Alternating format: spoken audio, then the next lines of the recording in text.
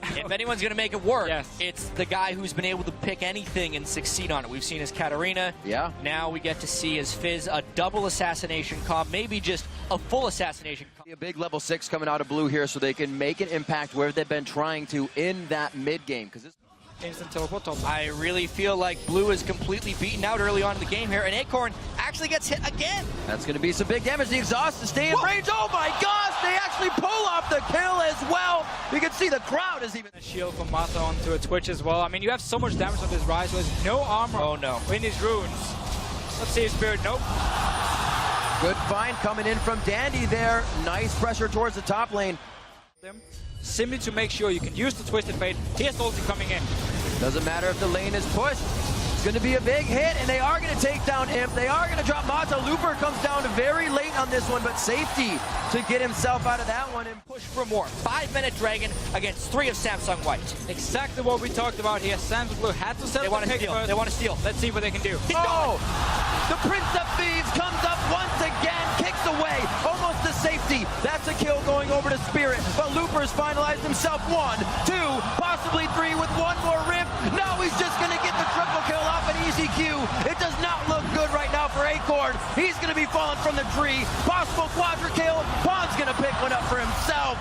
Beautiful job at Dragon. And once again, That was the whole idea.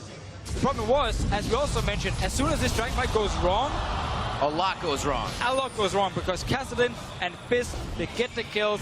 Dade is like, Going for broke not there. set up to help him there, and White can do whatever they want. Blue is completely out of sorts now. Surgically removing blue from the map at this point. White will grab it. Let's go for the Moby boots again. We've been seeing it on Rengars. Still trying to make plays, and making plays indeed. That's the pop-up. Here comes the expunge. Locks it down. And the poison, along with all the damage, enough to take Dottie. Desperation mode right now, and not having the items to fight. But here they go. The Destiny goes, so Vision is everywhere they need it to. Spirit solo, Heart just as low in a matter of seconds. A double kill coming in for Pawn. It doesn't matter what he's on. The team's ready and willing to continue the kills. There we get another one going over to Dandy, and the obliteration begins once again. Now, I think for me, we have talked about it before, the pick and ban phase. Now we see Hyde as well. Nobody's safe. The pick and ban phase, the last 2 times these teams faced each other, has actually been in favor of Champion pool is like an ocean at this point. I haven't seen him bad on any single champion, which is crazy because when he kind of first switched over to White, he was this defensive Orianna Ziggs player. That an assassin player, and now he's really getting to play during Worlds, and he's just shining on it. Absolutely back on point. Now giving Spirit a little bit of hell in his own jungle. We can see that Heart really can't even reply to this. Gets him right out. Not even going to help that Spirit tries to throw on the ulti. Not enough time there, and they have Heart on the run as well. Looper's just drawing in more of a fight here. They have a full team of White coming behind them. Heart's just running, trying to get out. He's not going to solidify that kill onto Looper. He's way too tanky with the Rod of Ages already charged up. And that's one thing that Blue is as well, is trying to charge up a lot of items that they're not going to have time to charge up now. And just look at how they changed their picks. Assassin's mid lane. Even Looper is playing like Assassin champion with their Carly in game 1, with the Kassadin in this game here. He normally plays like the utility tank top laners. So Samsung White before this is ugly. I mean, yeah, they're just going to keep killing us left and right. 2v1 right now. Doing what he wants. Dandy going where he pleases. The cripple hits. He's going to have the connection. The Howling Gale will pop him up. There's the Zephyr, the exhaust, and Pawn just plops right down for another kill. One of the biggest stomps of this one. Absolutely. And it's in the semifinals of Worlds. It is miraculous what White is doing right now. And it's crazy how it got almost earlier and earlier each game. Now 19 minutes for the inhibitor. It only took him a few more minutes than the first inning to go 5 games. We still see Def trying to push. Spirit getting caught out once again. You're up, you're down. There's almost no time to have on the Rift right now for Blue as they are just getting taken. Oh, here comes Pawn. Here comes Pawn indeed.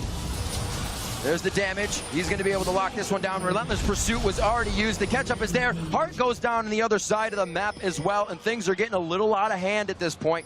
23-3, 20 minutes in with an 11,000 gold lead. This is one of those games where Blue knows it's the last game before they're eliminated for Worlds, so they don't want to give up, and everyone is trying to make a play, but it is just leading to disaster right now. I feel so bad for Dade. I mean, Worlds last year have before against Samsung Blue, they can just completely snowball it out of control and give Blue no chance. Snowball out of control indeed. It's rolling down the hill quite fast. Fish goes out. Acorn gets chomped on that one. And it looks like Dade will also fall. Spirits in the eye is the pawn right now, missing the bola. But it looks like it's not going to matter. We see Heart going down the other side of the map. It's going to be another clean ace if they catch up to Spirit. They have all the time in the world to work on these inhibitor turrets. Actually, on the Nexus turrets right now. This might be it right now. With game, we saw them. They might be going to the finals right now. Huge, 28-3, 22 minutes in. Are they really going to knock it down right now? The quickest in this best-of-5 series, and they do not hesitate to drop the Nexus. It's only going to take 3. Samsung White finally defeats Samsung Blue. And in such a remarkable fashion, 3 incredibly one-sided fast games. They do it in such style, picking Akali in the top lane, Kassadin in the top lane, Assassins in the mid lane. Really, anything they felt like playing is what it felt like. To finally defeat the team they could not get past in this way is legendary. And we have our first finals team to come in now.